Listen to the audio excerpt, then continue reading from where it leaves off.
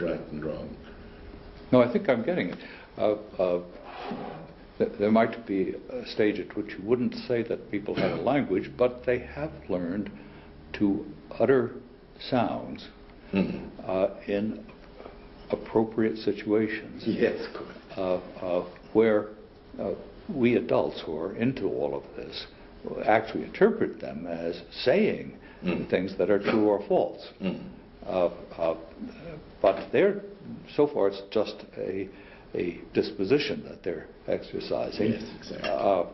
And it's not as though they have the idea that they might get it wrong. And of course, we may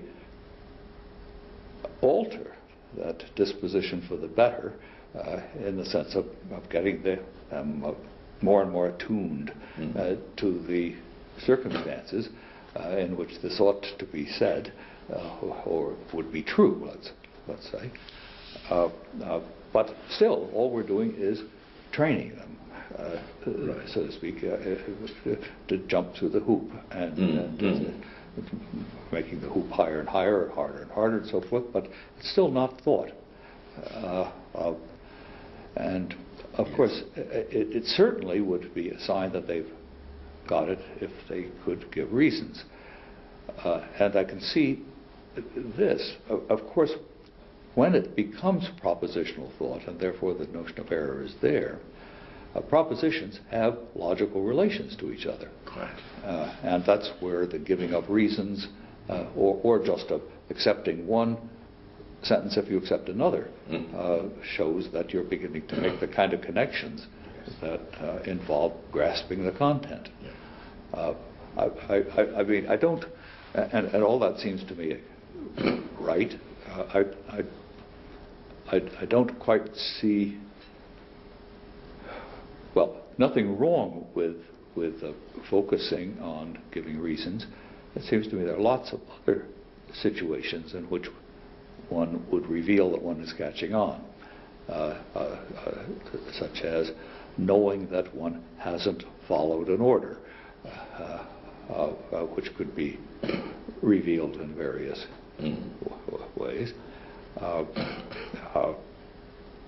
So I think there are lots of things that might be taken to be adequate signs, actually, that one has grasped this point.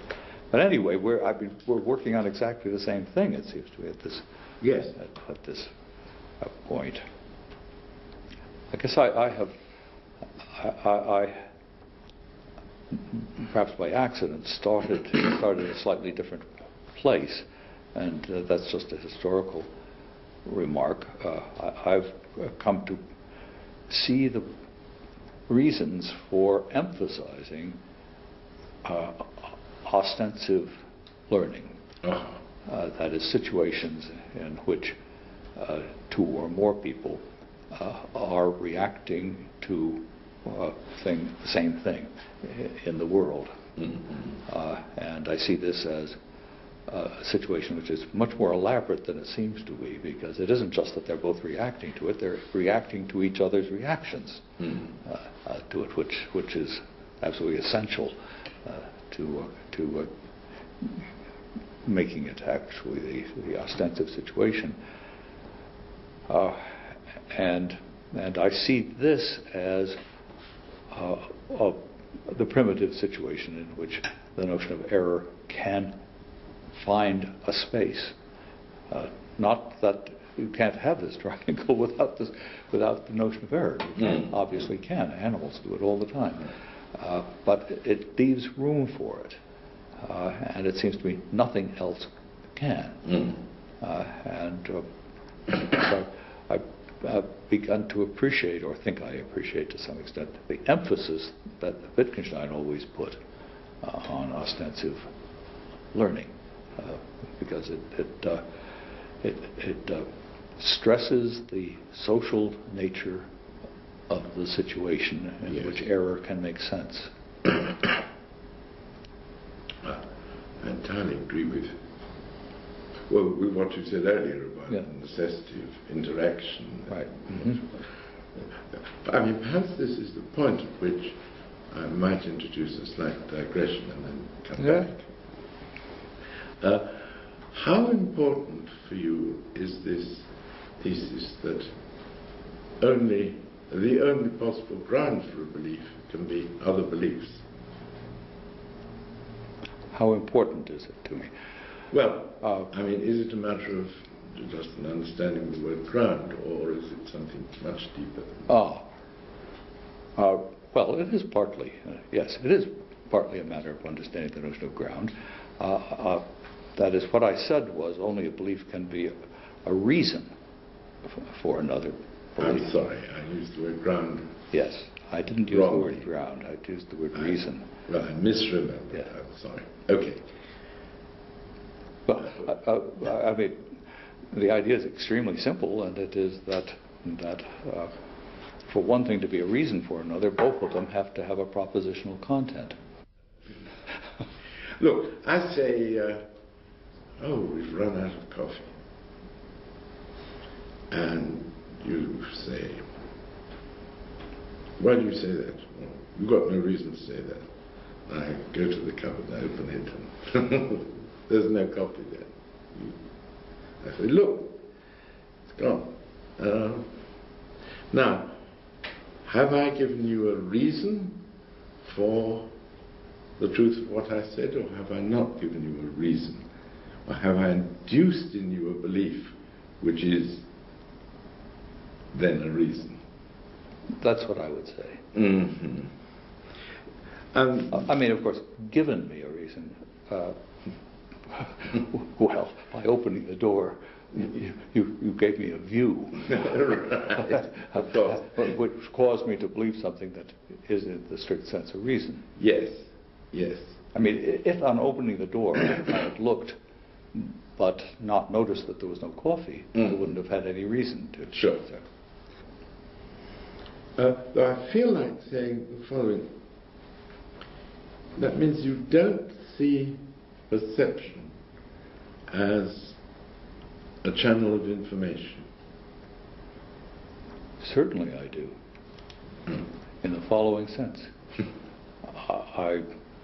I look and I am caused to believe that things are a certain way.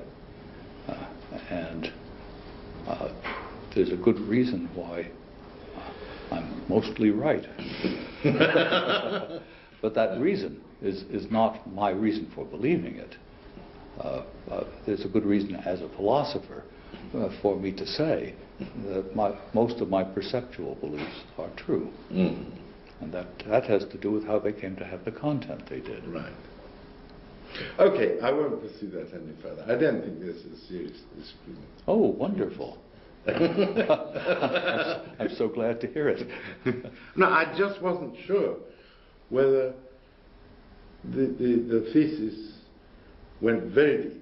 And so far as I can see, I may be making a mistake, but then... Yes, I'll tell you the sense in which it goes deep. It's a trivial claim in itself, but it's like digging with a spade under a plant and cutting its root off. That is, it's an argument against all sorts of empiricisms and so forth, which look for the justification for our empirical beliefs in something which is not propositional in character. And it says, wait a minute, how can that possibly work? So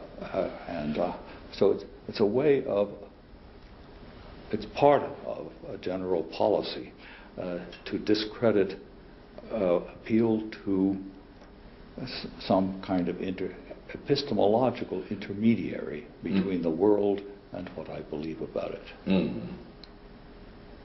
I wasn't wanting to argue for any such intermediary, but there may be a disagreement between us about what perception is. I mean,